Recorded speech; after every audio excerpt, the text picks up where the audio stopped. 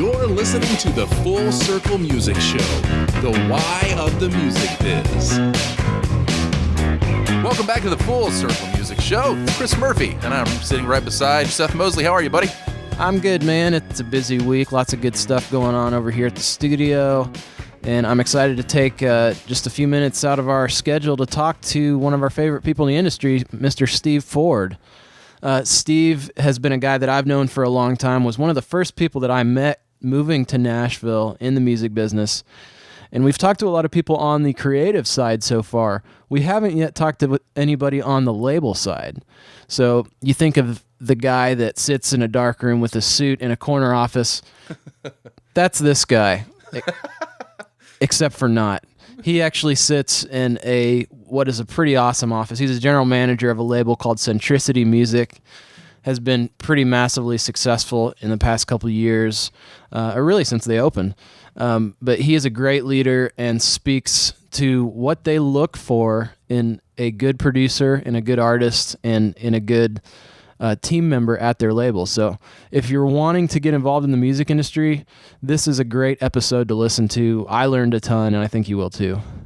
You know, I being a podcast junkie, it's nice to meet a fellow podcast enthusiast as well.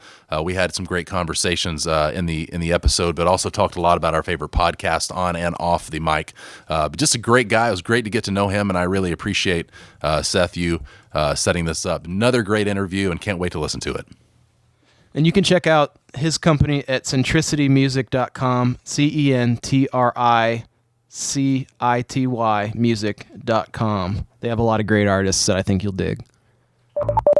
Hey, podcast listeners. Something's coming February 1st, 2016. Have you ever thought about a career in songwriting or music production? We have created a couple courses with you guys in mind. We've been getting a lot of feedback on people wanting to know more of how to become a songwriter, how to become a professional music producer or engineer. These courses were designed to answer some of those questions. Go to fullcirclemusic.org/podcast and sign up there for more information. You were saying earlier before we started rolling that you were a podcast guy. Oh, yeah. Big podcast. So, and you've heard this podcast before? Yeah, I've listened to the first three. Okay, so can I ask you to go out on a limb Sure. and give us a grade so far? You know what? I'd give it a solid B+. Ooh, I want them longer. That's good. That's my thing. Is I want to go into the background. I want to hear. Okay. When you did Brown Bannisters, what's funny because I've worked a lot with Brown, but you didn't get past Amy Grant. Sure. Come on, this is a guy who worked with from everybody from Third Day to Mercy Me to White Heart. Yeah. He's done everybody. It's like, come on, there's stories there. Absolutely. I tell people I'm on the corporate side because of Brown Bannister. Really? Wow. Because of how he worked. I was an engineer in LA for 10 years, and he would come out and mix records with us. It was a little place called Mama Joe's. And I would see him on the phone going, "Happy birthday, sweetie." And later knowing it was Ellie, missed her first walk and all of his other things. And when my daughter was born, Wow. I was like, I can't do this. Sure. I can't. I need a life. Wow. And so I started praying, and Peter York calls, Gosh. And so, so it's because of him. So it was fun to hear some of his stories. I did a lot of records with Jack Puig, Jack Joseph, and And you were engineering I at the was time? an engineer in L.A. Yeah. Yeah. And at the time, that was really engineering. Oh my gosh. You were cutting tape and Yeah, I've cut a lot of 2-inch tape, 1/4-inch tape, half-inch. stuff that I hope to never do. You don't have to. You do it. Yeah. Jericho does it for you. So, Well, have you ever? I don't even know if Jericho's ever cut tape. School. It's in yeah, school. He in cut school, tape. Yeah. And then he now never I did it feel again. really old. Is that kind of like when you're in biology class and you, like, not in any other time in your life will you need to dissect a frog, but you just have to do You it have for to, the yeah. experience of it? Is that what it's become with cutting tape? I don't even know if you have to do it even that. It's sort of like this legend of like starting a fire with flint. Yeah. Sure. It's sort of like, I used to cut tape, I mean, there's probably a resurgence, I would imagine, knowing the process of what coffee has become and how artisan it has. And Yeah. I think there's a big thing in, maybe it's millennial generation or whatever it is, but I think people are drawn back to slower, older, more hands-on processes, it seems like, than just pushing a button or going through a Right. drive-through. They want on to. some things, don't you think? On some things, like just give me the button. Yeah, that's give me the true. filter on Instagram. That is true. Yeah. That's true. But then you got the whole wave of people are roasting their own coffee beans now, Yeah. and then they're grinding them with a hand grinder, and then they're putting them in a. And I'm saying this because we have like 3 artists that we work with. Yeah. That come in and they bring their whole coffee apparatus. And they measure how much coffee goes, weigh it. Yeah. My son has a scale that weighs how much coffee goes. Oh yeah, just Yeah. I thought you were going to say some of the artists that you work with, they actually bring their own barista into Yeah, the studio. well, Just that. I'm sure their that personal I'm, barista. I'm sure that will happen. Or That's has kind happened. of a prerequisite to be in a band. There has to be at least one barista. True. In the band. There has to be one business guy in every band Yeah. and one guy who can make great coffee. And then the guy who can actually play the instruments. Then the artist. Yeah. And then the fourth guy on bass who just knows how to shape everybody's beards. Yeah. He's more of a grooming guy. And sometimes there's a drummer. You don't need a drummer. Got machines for that now, man. Yeah, but I mean, you've just take us through a little bit of your journey. I Oh, mean, yeah. you started in L.A. I was born and raised in L.A. Read an article when I was 14 years old about this guy named Sir George Martin, and I was like, "What? You can do that for a living?" Who's George Martin for? Yeah, he produced this the little kids. band called the Beatles. Probably they've never heard of most 20-year-olds haven't heard of them. So And then isn't it true that he did go on from there to write the Game of Thrones? did he? I'm not a Game of Thrones Okay, that's person. R.R. Martin. Sorry. Yeah, Yeah. Wrong. All right, An extra initial. Strong one. But I mean, you read about these guys, and it sort of like opened a door into a world that you didn't know existed. And man, so 18 years old or June out of high school, walked into recording studios, and man, started from there. So you didn't wait to have some sort of a college thing to get internships. My mom was like Reed's parents, which was like, that's a nice hobby, Sure. but let's make sure you have a backup plan, a plan B. And so I still went to school, still went to college, did all of that. Don't ask me my grade point average because I was going home at 4 o'clock in the morning, waking up at 8 to go to crawl into my first class. Right. It was terrible. But man, my first job in the recording studio, I was making $500 a month from 6 o'clock till 3 o'clock in the morning. Wow. living in L.A. Living in L.A. and Yeah. that probably paid for a tenth of the rent. Maybe. Yeah. Because Or just the gas to get around. but I loved every second of it. Yeah, Come on. that's amazing. And then from there, you sort of work your way up. So I did that. Like I said earlier, my daughter was born, and I was like, an engineer's life is a hard life in LA, especially. Those were the days when you'd pay $1,500 a day block booking a studio. You booked a studio, and you're paying $1,500 if you're there 6 hours or if you're there 24 hours. And there a lot of them stayed 24 hours. You just have next. And you've got to be there. You've got to be the first guy there. Yep. and last First guy to leave, there, right? last guy out. Yeah. Yeah. You're sitting there winding cables at 6 o'clock in the morning going, I just want to go home. Yeah.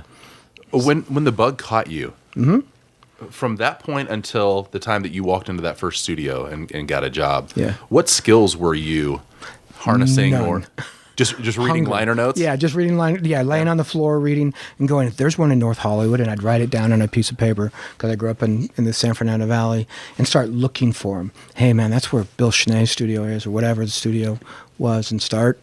Yeah, there wasn't really a whole lot you could do to prepare for it. It's not like in high school you go, wonder what class I could. I was in all the choirs and all the music stuff. But Sure. that didn't prepare you for it, because probably the greatest skill for a studio engineer, especially starting one, is being attentive, being hungry, being prepared. And that depends on who you're working with. When you work together with somebody so well, I'm sure you and your team, they know what you want in advance and plugging something in before you even have to ask. That's just working together. Yeah. I've told a lot of wannabe engineers who want to go to some of these very expensive schools, don't do it. Take that money, live on it for 2 years, and go give yourself away for free for 2 years. Wow. You'll learn more in that 2 years in the studio than you will however long you go to one of the expensive ones. Yeah. It's just doing it. Just aligning a tape machine, which is once again, it's like starting fire with Flint again. Yeah. No one aligns tape, but you learn by doing it. Absolutely. You know, you learn by making a lot of mistakes. Yeah. I've recorded a lot of bad drum sounds. It just happens, and then you go, oh, if I do this, it's better. And then the 1,000th time, 10,000 hours, man. It takes Sure. 10,000 hours. Again, I think that it's not that the schooling is necessarily a bad thing, but the way that you learn in life versus the way that you learn in a classroom is different because, for the most part, a classroom will deduct points for mistakes. Right. And if you're in the True. yeah, Good point. I heard actually going back to our love of podcasts here, I heard Tim Ferriss on his podcast talking about the fact that he was going to go to was considering something like Princeton or Harvard or something to go get his MBA. And he thought instead of doing that, or maybe this was advice given to him by someone and he took it, instead of taking that couple $100,000 worth of whatever I needed to go get my MBA, I'm going to invest that in myself, very similar to what you're saying, and I'm going to use that to live on, so that way I can go and I can intern for that company that I would never be able to if the money mattered that much. Right. Because once you get out of school, it's like, oh, I've got to go do something with this. Yeah. But if you've got the money set aside to go get the MBA anyway, it goes a long way to really feeling free to not have to pay that rent or pay that car payment, that you could really dive in. And most people never use their college education for what they used. You know, you've got people. I had a meteorologist specialist, or she had a degree in meteorology for TV. She had her little, and she was my marketing assistant. You know, and you go, I want to see what you spent 4 years doing versus what's your grade point average or what's your major. I don't care about So that stuff. to fast forward to today, you are the general manager of a very successful record label. Yeah. When you go to hire somebody to your team, do you even say, hey, send in your resume, send in your, where'd you go to college? Or does that not even cross your mind? I do want to see that. 4 years in college gives me the impression that they follow through. Okay. They finish. Okay. You know, you've said it before, finishing is such a hard art in today's world. To have somebody who finished is very valuable. Do I care about your grade point average? No. Do I even care about your major? No. Because if you have the right work ethic and the right heart, I can train you to do other things. Sure. But I want to see how hard you're willing to work. So it does play a role to see that, a college degree still carries some weight, but maybe it doesn't carry the weight that people think it does in terms of having the training, because you kind of have to relearn it all when you get out into the real world, right? Exactly. Most college students that I see haven't learned anything that's really good use at a record label. My last five hires at Centricity have all come from internships. Now, I've had a lot of bad interns. I've wanted to fire a couple of interns. That's pretty bad when you want to fire somebody who works for free. What defines a good intern? What defines a bad intern? Yeah. A bad intern sits on Facebook until you give them something to do, and then they do exactly just to the letter of the law of what you've asked them to do, hand it into you, and get back on Facebook. A great intern does what you do and said, hey, and I thought about this. And what about this more? You give them to go to D and they go to G. Then you give them to G and they go to S. I have a girl in my office that, I asked her to do one thing, and she said, oh, by the way, while I was thinking about it, I did these other 3 things that will help you out. That type of proactivity and thinking ahead is so incredibly valuable. Wow. Like having somebody patching in your compressor before you ask for it. They know where you're going so fast that they're working ahead of you. They're fast. Yeah. And for all those out there, that's old school. Once again, patch bays. Yeah. Hey, we're sitting in our studio. You have a little patch bay. We have a small patch bay. We have 2 patch bays actually, so we're probably on the you're old school end of things. It looks very cool though. It looks kind of old science fiction movie. Spaghetti. Yeah. It's like a telephone operator kind of thing. But I heard a thing on, man, we keep talking about podcasts. We're all like just podcast nerds, dude. I think that's what we do for a living, is listen to podcasts. And I heard one last night that they did a study of millennials, and if you had a dream job, pick out of these choices, what would be your dream job? And Number 1 was the president. Number 2 was a senator. Number 3 was a successful athlete. Number 4 was a foreign diplomat. 5 was the CEO of Apple. Apple, Tim. And then the last choice was the personal assistant to a famous actor or athlete. And 45%, I think, picked that one, hands down. They have no idea what that job looks like. They don't, but it also speaks to they don't want to take the responsibility. Yeah. And because when you're that person, when you're the boss, like they want to have a boss. And I don't know, maybe you can speak to a little bit of that, but I feel like when you were talking about the internships, the ones who go above and beyond are the ones who are willing to take some responsibility to say, okay, here's an idea, just put it out there. Whereas a lot of people, I mean, would you say there's a ratio of like how many interns would you have to get that one good one? Probably 10 to 15. 10 to 15 to 1. To 1. Wow. Yeah, I think is what it is. Yeah. And I've heard you say, I think we've had the conversation, there's such a different work ethic in today's young adult, and part of it's my fault. I'm a parent of young adults, They've been given everything in their whole life. They haven't had to work for anything. You want that iPhone? Here's that iPhone. You want that? Here's that. The art and the craft of working, of the labor of getting something is a lost art, I think. So would you go back and do those things differently? For my kids had to work. Okay. But yeah, but so you weren't saying in your experience. You weren't I'm saying giving your not kids personally, iPhones. much more of it's Yeah. yeah. What we made our kids do, it's like when they wanted that $100 American Girl doll, is you buy half, we'll buy half. Yeah. There you go. And all of a sudden they're digging out rocks in the backyard at $1 a bucket, Yeah. out of the garden, or because you want to give your kids what the value of work is, and that's that doll at the end. Yeah. In our world, I sat with an intern once, and he was irritating everybody in the office. He's that guy who only asked questions because he wanted to tell you how much he knew. He wasn't. If an intern needs to be quiet and listen, because there's a lot of information that flows around that they could, and then find the person they can go to and go, what did that mean when he said this, or what did it mean, or come to me. I've told everyone in my interns, feel free to come to me and say, what does it mean when you said that? Versus this guy would come to you and tell you everything he knew. So I was sitting him down one day and going, man, you're irritating everybody. No, everybody, the whole office wants to prove you wrong.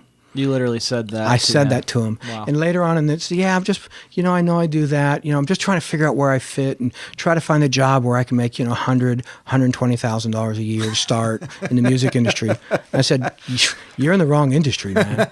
You are really... Go into finance and, or go be an architect somewhere, I guess, or something. But it was just about wanting to make as much money as his dad did now. And that this generation wants to start where their parents have gotten to right now. Wow. And I've seen it with artists, I've seen it in interns.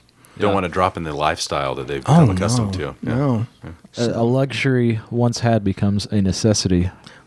Ooh. Very nice. Ooh. Very nice. That has, and I'm very guilty of that. Yeah. You fly first class once, you feel like a swine by I've got sitting one in even coach. worse for you. I've flown private jets twice in my whole life, my whole career. Both times sort of accidentally. Yeah. And man, once you do a private jet and you don't have to go through security, you don't have to, it's like, oh, I want that every Never time. going back. Yeah. It's the story, I say this all the time about artists. The worst thing you can do for an artist is start them touring in a bus. Ooh. Because that's the expectation. And then what happens is they get on a bus and they go, this isn't a very nice bus.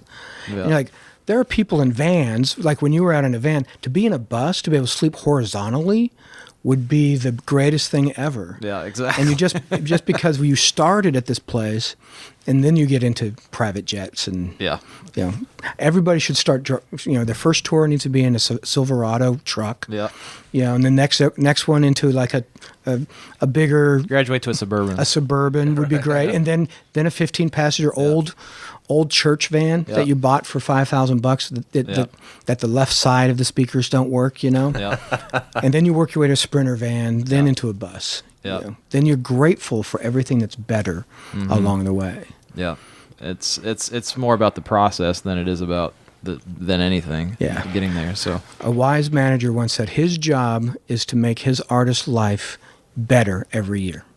Just a little bit better. I'm like, that's a good goal. that is. That's a good goal to have. Yeah. So Not bad, yeah. Your transition, we skipped about pretty 20 fast. years. But your transition from doing that 6 p.m. to 3 in the morning thing in L.A. You had your baby. Yep. My wife and I were praying at that point, going, God, give us some sane clients or open another door. And I'd just worked probably 2 months before with Peter York. And for those out there listening, was this at a record label you got your first? I was working with Peter in the studio, and he called me up and said, "Babe, you interested in A&R?" And I started at A&R in Sparrow in, what's that, 87, 88, right around there. And, you know, we're still in Chatsworth, California. Spent time out there with him. And, yeah, so I've been at Sparrow. I moved from Sparrow to Star Song, then back to Sparrow when they came up. Started in A&R, worked my way into the marketing side, artist development side. And so I've done, you know, went from, back to Sparrow, went to Myrrh, then I worked my way up to vice president of marketing at Myrrh, was general manager at InPop, general manager at SRE, and now general manager at Centricity. Wow.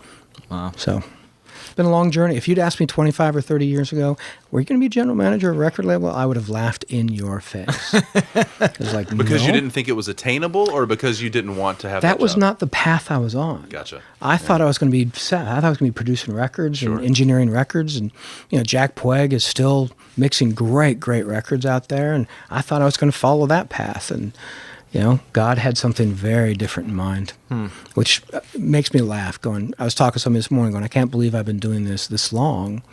You know, when you're now an industry veteran, that means you've been around a long time. But I don't think looking back, and I don't want to put words in your mouth, but you don't strike me as one of those people that's looking back and feeling like you're working in the corporate side of the industry because you never made it on the creative side. No. You don't strike me as that at all. I made that decision for my family. Yeah. Yeah, what's funny is I've learned more about engineering and more about mixing and more about mastering being on the corporate side of what we're trying to accomplish and why we're trying to do what we're doing. I learned so much about that. And for the first year or so, I was mad at God going, why did I just spend 9-10 years in studios, in dark rooms, you know, working long hours if this is where you wanted me? But realize every day of my life in the last 27 years in the corporate side, I've used information I learned in the studio. You know, sometimes we can't ask God why until you're 20 years down and went, oh, I get it now. Yeah. You know, it's the path he puts us on. It's like, and he brings people in and out of your life. I remember a girl over at Sparrow she was an accounting, that was her thing. She loved accounting. And God put me with her to learn that whole budgeting, it was only for like 4 months, and then we were separated again.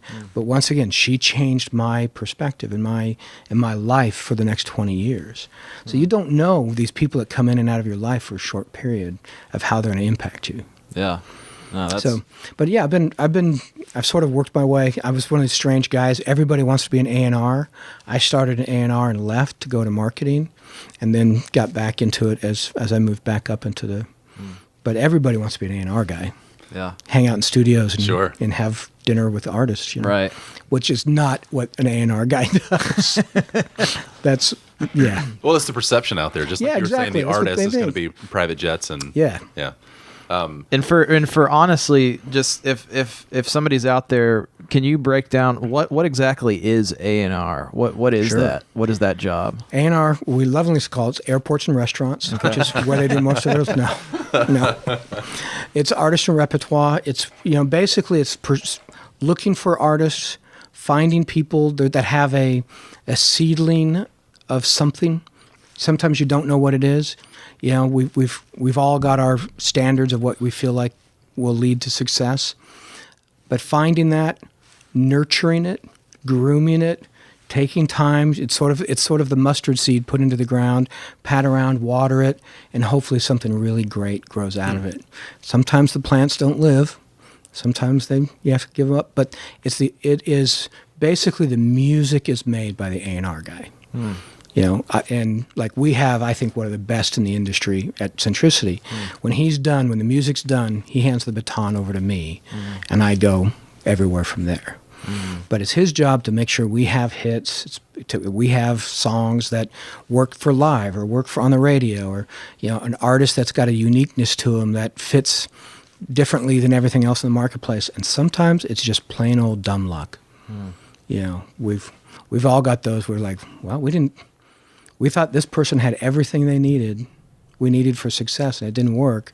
And this one over here was that seedling, and it's just growing like crazy. Yeah, sometimes you don't know. No. Or probably more often than not, I would think. How many songs have you worked on? You went, man, that's the hit.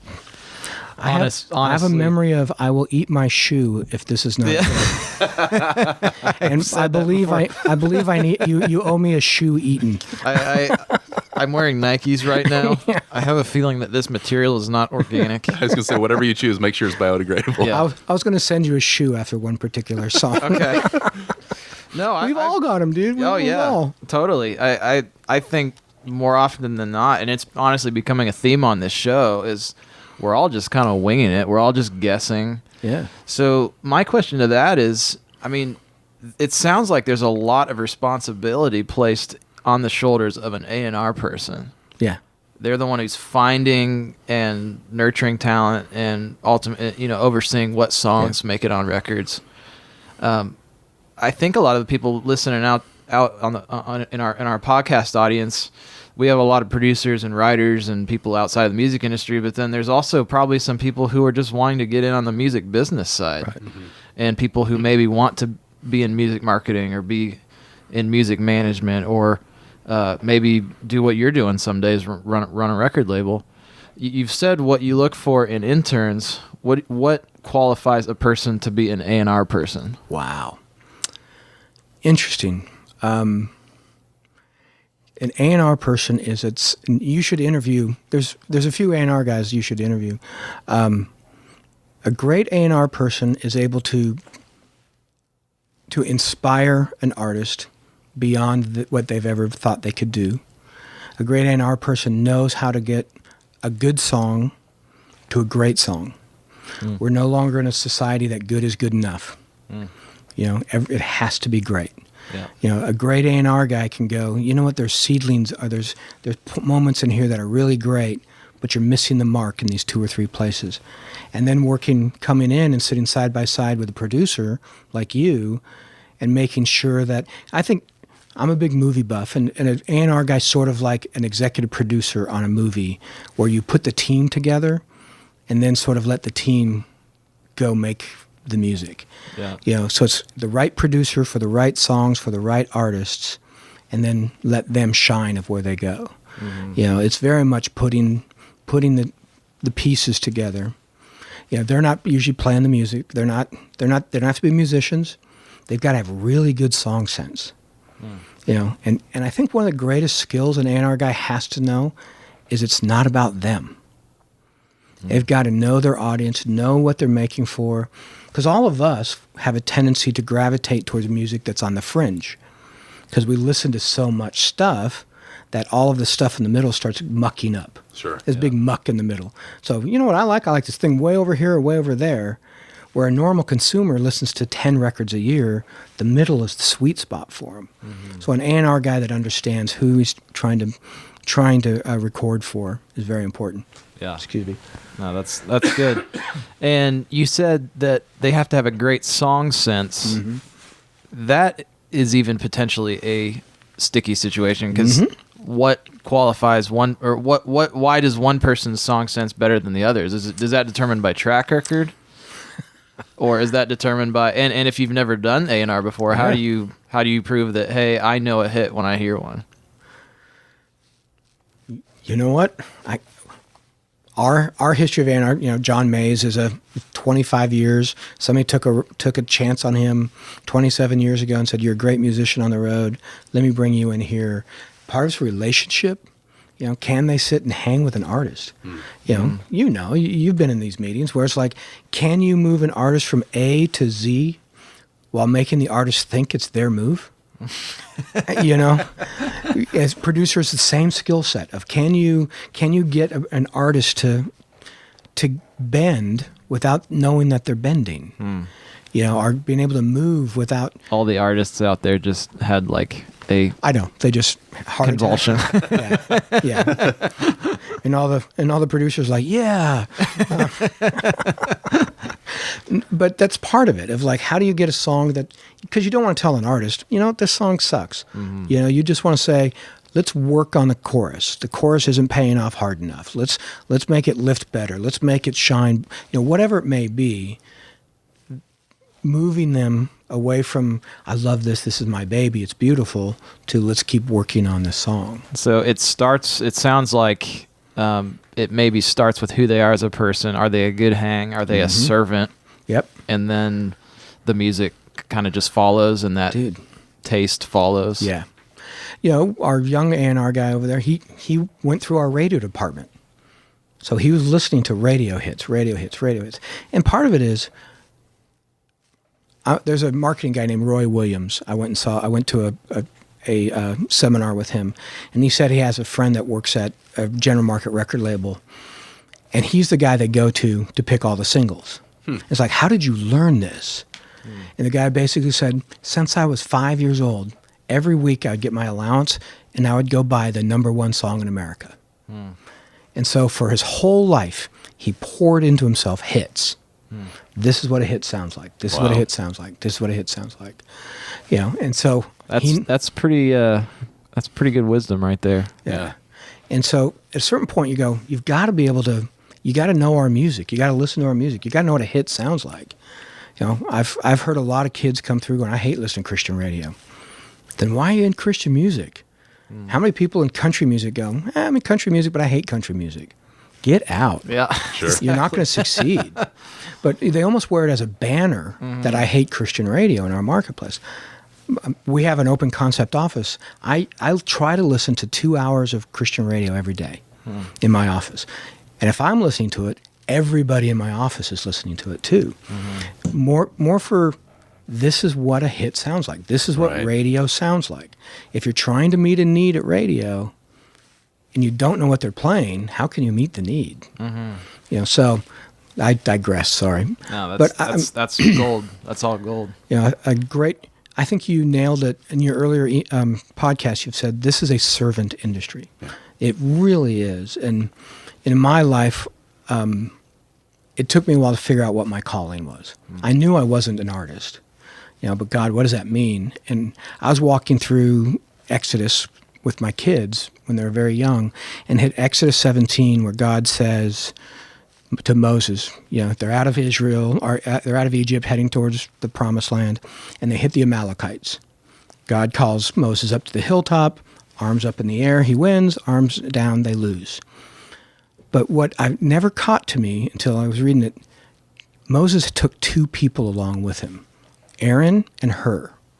And I love to say I am the Hur in the Moses' lives.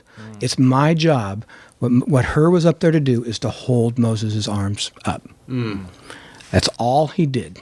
When Moses was weak, when Moses needed help, Hur held his hands up. That's my calling. Be a servant. Be there to hold your hands up. No one knows. Some people know Hur, or Aaron. Aaron, yeah, Moses' little brother. No one knows who Hur is. If you're okay standing holding someone's arms up and no one recognizes you, you are created to be in the music industry. Because you're not in it to be the rock stars. We're in the back of the room with our arms folded, looking at the person on stage going, yeah, I was there to hold their arms up. Yeah. Gosh, so that's wise. That's amazing. One of my favorite movies is That Thing You Do. I don't know if you've seen that. I'm the guy that goes, you look great in black.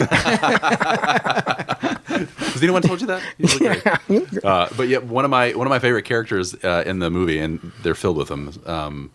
Anybody out there that hasn't seen it, it's Please, go a see great it. movie. Yeah. But there's Horus, who's basically the A&R guy that sees them at like in the camper? a sock hop. Yeah, in the camper. Yeah, he lives in a camper, and he's essentially the A&R guy. But he sees them at a performance at like an Italian restaurant or something, and comes and buys their album, and then gets them to sign a little deal. And he said, and then at the end, when they get signed to a major label and they're going out to play these state fairs, Horus leaves, and the main character drummer of the band says, "We don't want you to leave." And he goes, "My bird dogging's done. Yeah. You know, I've done what I'm supposed to do, and then move on to the next thing." And so he wasn't meant to ride that out the whole movie. He's there for a specific piece to move it from A to C. He's the B part of it, and the her of that story, so to speak. A lot, nowadays you'd call them just like production deals. You start working with an unknown artist that has a little bit of talent. You start developing them, and then you start shopping them to record labels. Sure. Then you go, my job here is done. They then take the baton and now try to make it a national artist. Sure. So and you miss, if you get 2 out of 10, 3 out of 10, you're in great shape. You're a Hall of Fame baseball player if you hit 3 out of 10. I was gonna say, yeah. And you're a Hall of Fame. You're a Hall of Fame A&R guy if 3 out of your 10 are hit artists. Wow.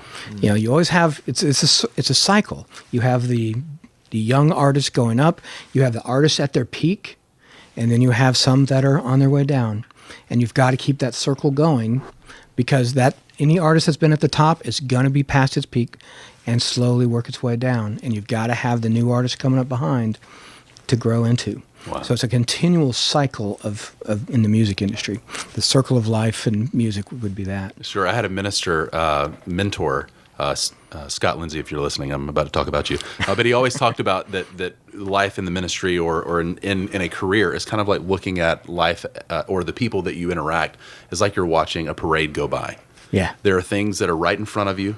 There are things that you just saw, and there are things that are coming down. And to really appreciate what is happening in the parade, you have to absorb it all. Right. And so there's a little bit of grabbing from each of those in order to get the full experience of it all. And the bigger some of those artists, what's right in front of you, the bigger those artists are right in front of you, sometimes you don't have time to look behind and develop what's behind. And what happens is with a lot of these record labels, and I've been at these, where, man, they've got the big and they slowly start slipping. The A's slowly start getting past their prime, and they haven't developed anything behind them. And then you're in trouble because you've got this machine you've got to feed, and you haven't created for the future. It's only for the present. Sure.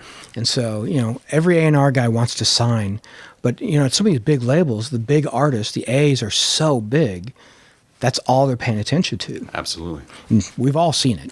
We've all seen artists that you go, man, they're amazing, but they got lost in the shuffle. Right. And that's the sadness. Wow. We forget we're playing with people's lives. Yeah. Especially on the record label side, their dreams. Yeah. Man, I signed this band at a label, and they were 18 years old when I signed them and 21 years old when I had to drop them. So their dreams had come true and shattered by the time they were 21. And you're like, man, it's just hard when you start thinking about that stuff. That's true. And if you think about it, that there are some people that are fortunate enough to have a full career in the music industry, and there's some people that have that 3-year window. Yeah, kind of like a professional sports guy or those things. There's a window, and then once you pass it, it's like, yeah, but the guy's only 24 or the band's only 21. What are they going to do for what's coming up for them? You know what I think is the catalyst of those people leaving, of burning out, is balance. You guys have said it. I can walk through a record label at 8 o'clock at night and tell you which employees will be gone in a year. Oh, wow. Because they have nothing to put back into themselves. Sure. The music industry is a take industry. It just continues squeezing. It wants more and more and more. If you have 1, they want 5. If we have 5, we want 10. If we have 10, we want 20. There's never enough. My poor radio team goes, hey, we got number 1. And I'm going, great. How do we keep it at number 1 for another week? It's never enough. Sure. And so you continue squeezing out, this industry does. If you don't have a ministry, if you don't have a relationship, if you don't have friends that give back to you, that don't care what you do for a living, and basically go, yeah, you do music. How are you? Right.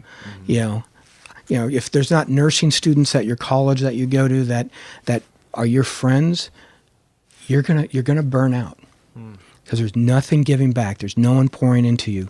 You know, sooner or later, the candle ends. There's no more fuel, and it just burns out. Yeah. You know, so I try to keep my staff saying, I want you to go to concerts and date people and go home at 6 o'clock or 6, have a life. You know, because if you don't have a life, you have nothing to give back when you come back tomorrow. So, Yeah, that's really good. Well, you sound like a great person to work for, so where can I apply? Tell that to the few people I fired in my life. There's, you know, we all have people who don't like us. You know, if everybody likes you, you're not doing your job right. You know, I hate to say it, because sooner or later there's going to be artists that you have to hurt because you drop them. Yeah. You know, and it hurts out. I mean, take my word for it. We have wept over artists that we've had to drop before. That we love these people. They're our children, and it's just wrong place, wrong people, wrong time. Sure. Don't know what it is. Sure. You know, and so, but I'm lucky enough to have an amazing team of people that work with us. Man, I wouldn't trade one of them away. We it's the year ends. We're all a little emotionally attached and you know, warm fuzzies. But No, I can vouch for that, though. I've spent a lot of time at Centricity and with the staff, and you've done a great job to create really what, you know, feels like a family culture there. So, and culture is a very important issue for us as a record label. Our office is a house. You know, we've even designed it in such a way that there's seating areas almost in every place you go. So you're not sitting at a desk, you're sitting around on a couch. Our marketing meetings are in chairs and couches. You know, you go into publishing and he's got 4 chairs sitting around a table. You know, A&R, it's a leather chairs, and a leather couch. It's very much more relational. You know, there's other places that you go to that you need little buttons to get past, and there's a guy out front that will tackle you if you know, you walk right into our offices and welcome. It's very different, and we do that very intentionally. yeah. And the fact that you were saying that the office in and of itself is open concept, so that, you know, if you've got your music going, everybody hears it because you're in the midst of it with everybody. So I've listened to a lot of bad pop music because the other girl that really controls the music in the office loves like all of just the really glossy Justin Bieber's and sorry, just called out an artist, but you know, just we make fun of her because she keeps me on. I hear stuff from her going, what is that? That's really good. Yeah, sure. When she told me it was Justin Bieber, I'm like, really? Hey, if Justin Bieber's listening, I'm a huge fan of the new stuff. That is an official kiss up. That is a kiss up. Well, I have heard that he does listen to the show, so he does. Apologies, and I apologize. Yeah. It's not. I also learned later in life that there's a difference between not good and not for me. Ooh, Justin Bieber is not for me. Gosh, that's we all just grab for our pens writing it down. I'm taking notes. I'm learning so much from this conversation. Yeah, it's like I'm not a big horror movie fan. Not for me. I can't tell you if it's good or bad. Sure. But you know, my life, certain things I love. And Star Wars for you? Star Wars for me. Star Trek? Me, not so much. I'm a Star Wars, more than Star Trek. Okay.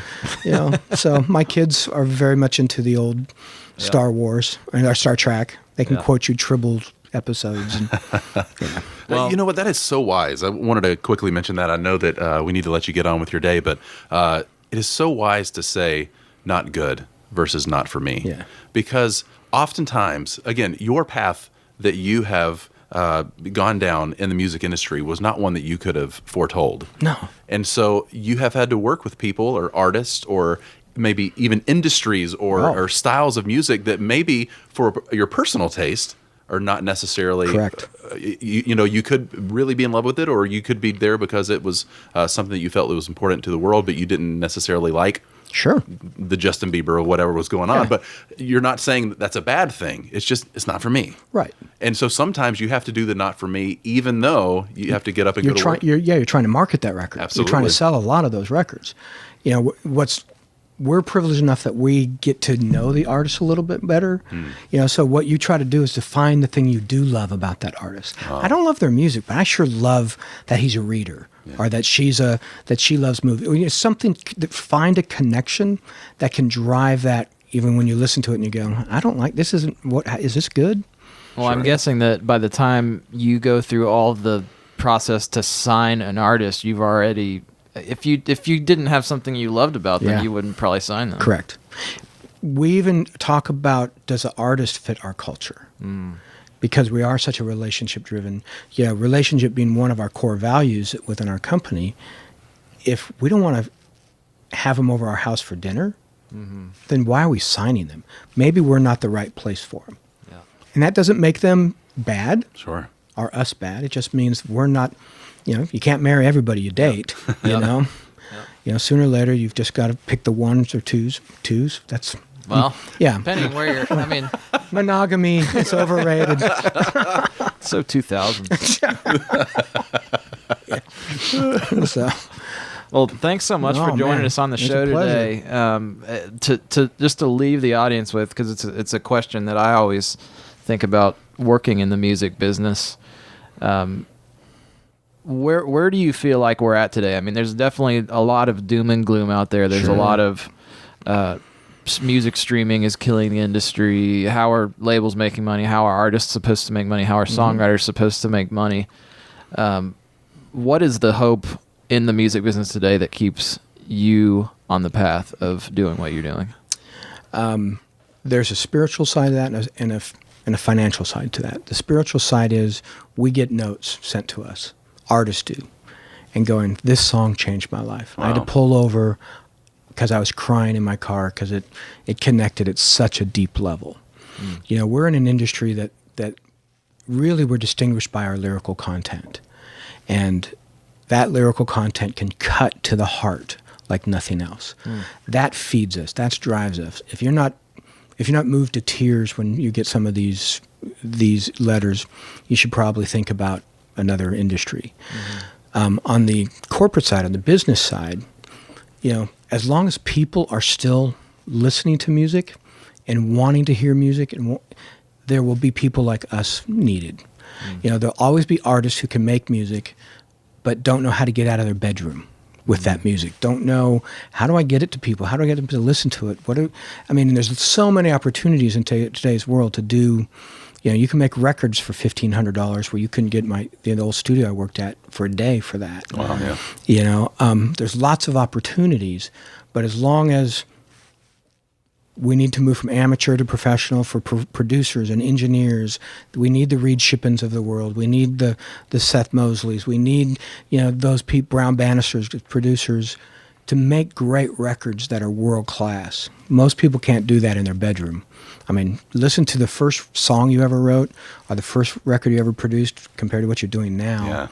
Yeah. You learn, you grow. You're now a professional. There is money to be made. There is money to be made in streaming services.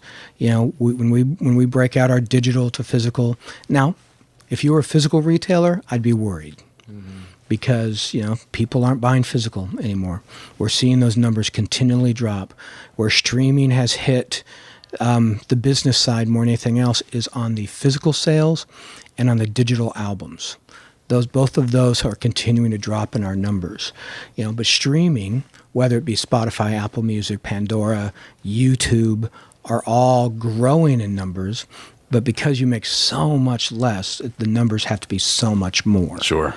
What is it? 1,300 streams for one album, equals one album for RIAA. Wow. So it's like that's a lot of streams. Sure. To make up for it. So. Gosh. Wow. But as long as they're making music, they need people to promote the music and help make it better. So you're saying it's a good time to be in music? No. Yes, 1999 was a really good time to be in music. And the hard part is we're sort of measuring on the boom years. You know, yeah. It's those years when. Most boom years in the music industry all related to a new technology. If you think about it, the heights of the Walkman.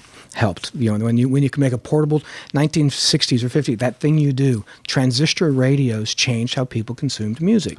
They took it with them. CDs, digital, now streaming has changed how we're consuming music. It's all Disruptive. It's been very much disruptive technology.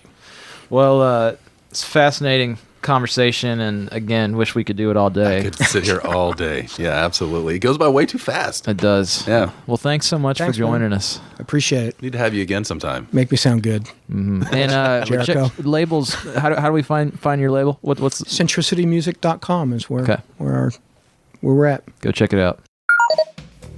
Hey, we hope you've enjoyed this episode and will join us again soon on the Full Circle Music Show, the why of the music biz. Check us out at fullcirclemusic.org/podcast.